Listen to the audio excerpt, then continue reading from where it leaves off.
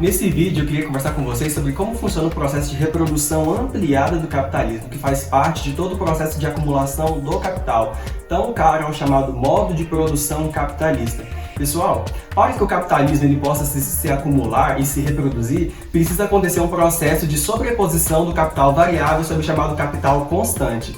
Por quê, galera? Eu vou explicar isso com calma. O capital constante é aquela massa do capital que é investido no chamado investimento produtivo.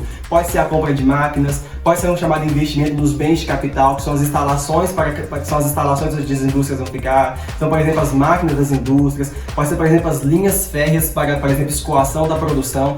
O capital constante é aquela massa de capital que não se altera durante o desenrolar do processo produtivo.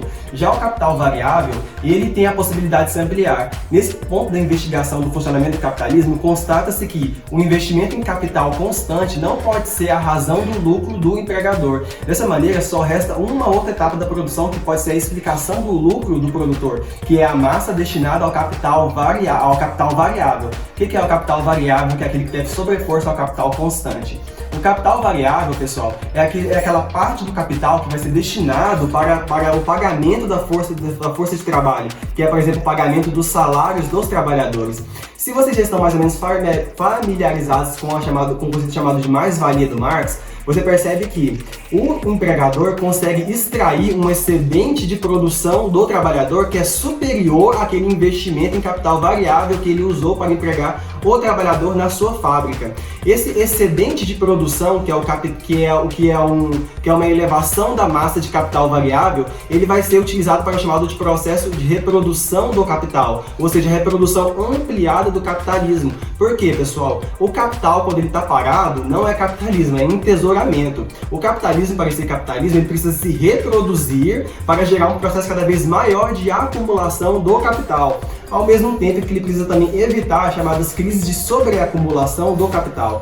Então, pessoal, o capital variável, que sobrou do processo de extração de mais-valia do trabalhador, ou seja, aquele processo de extração de um excedente do trabalhador, ele vai ser empregado na ampliação da produção. Porque uma vez que você tem a competição de um produtor com outro produtor, o produtor que não investir na ampliação dos meios de produção, ou seja, numa elevação qualitativa e não apenas quantitativa da sua produção, ele vai ficar para trás em relação aos outros produtores.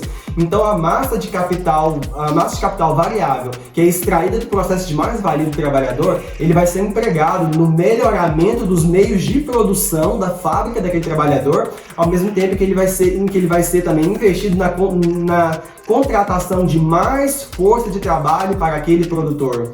Se você viu o meu vídeo anterior do historiador inglês Edward Palmer Thompson, vocês devem ter visto as condições históricas em que foi possível surgir o capitalismo na Inglaterra. Aquelas condições que eu expliquei no meu vídeo anterior, de predominância da forma mercado, de destruição dos outros meios de produção dos trabalhadores, ele aconteceu na Inglaterra, mas de uma maneira ou de outra ele vai acontecer em todos os países do mundo, né? A partir da expansão do capitalismo para outras regiões do mundo. Inclusive aqui no Brasil, pessoal, a Lei de Terras de 1830 é um dos marcos históricos do cada vez maior fim do modo de produção escravo no Brasil e o início chamado modo de produção capitalista no Brasil, uma vez que as terras da maior parte da população vão ser tiradas da população brasileira, a população indígena, a população negra brasileira, a população branca pobre, vão ser todos expulsos da terra e a terra vai ser cada vez mais concentrada nas mãos de poucos proprietários. Não é à toa que em muitos estados como no Ceará, Goiás, você tem sempre aquelas mesmas famílias de proprietários de terra que nunca mudaram desde o período colonial. Esse processo de acumulação de terras, que também pode ser a acumulação dos meios de produção, acontece de forma igual em todos os países do mundo. E esse é uma das pré-condições para a acumulação do capital.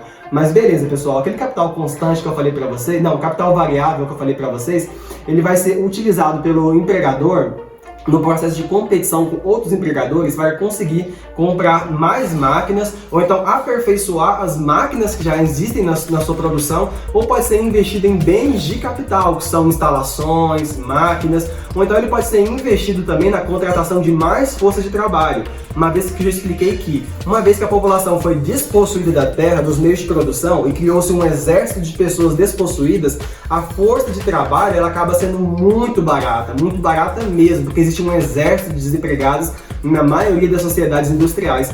Então, ou o trabalhador aceita os baixos salários, as péssimas condições de trabalho, ou ele é demitido e outra pessoa entra no lugar dele. Esses baixos salários possibilitam a extração de mais-valia, por sua vez, possibilita a reprodução ampliada do capitalismo e o investimento em bens de capital, em mais força de trabalho, em mais máquinas. Esse investimento vai possibilitar que o empregador possa vencer os outros empregadores, vender mais produtos e acumular capital. O que é então a acumulação do capital? A acumulação de lucros ela é pré-condição para a acumulação do capital. E é quando o produtor consegue ampliar a composição orgânica do capital. No caso, ele consegue sobrepor a massa de capital constante sobre a massa de capital variável. Ficou complicado de entender? Eu vou tentar exemplificar agora para vocês. Fica de olho aí. Essa mudança na composição técnica do capital, o crescimento da massa dos meios de produção comparada à massa da força de trabalho que os vivifica, reflete-se em sua composição em valor, no acréscimo do componente constante do valor do capital à custa de seu componente variável. O decréscimo da parte variável do capital em confronto com a constante ou a composição modificada do valor do capital indica, no entanto, de modo apenas aproximado, a mudança na composição de seus componentes materiais. A razão disso é simplesmente que, com a crescente produtividade do trabalho, não apenas se eleva o volume dos meios de produção por ele utilizados, mas cai o valor deles em comparação com seu volume.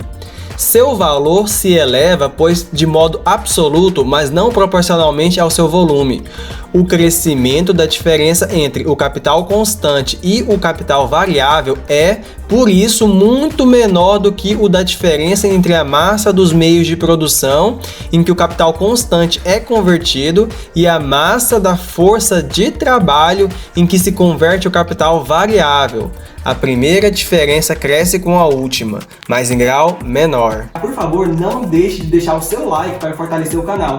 E se você ainda não é inscrito aqui, por favor, se inscreva no canal. Esse vídeo que eu estou fazendo aqui, eu pretendo que ele seja o primeiro de uma série de vídeos que eu vou fazer sobre o chamado modo de produção capitalista, em que eu pretendo ensinar para cada um de vocês como o capitalismo se expande. A partir daí fica a critério de vocês o resto das pesquisas.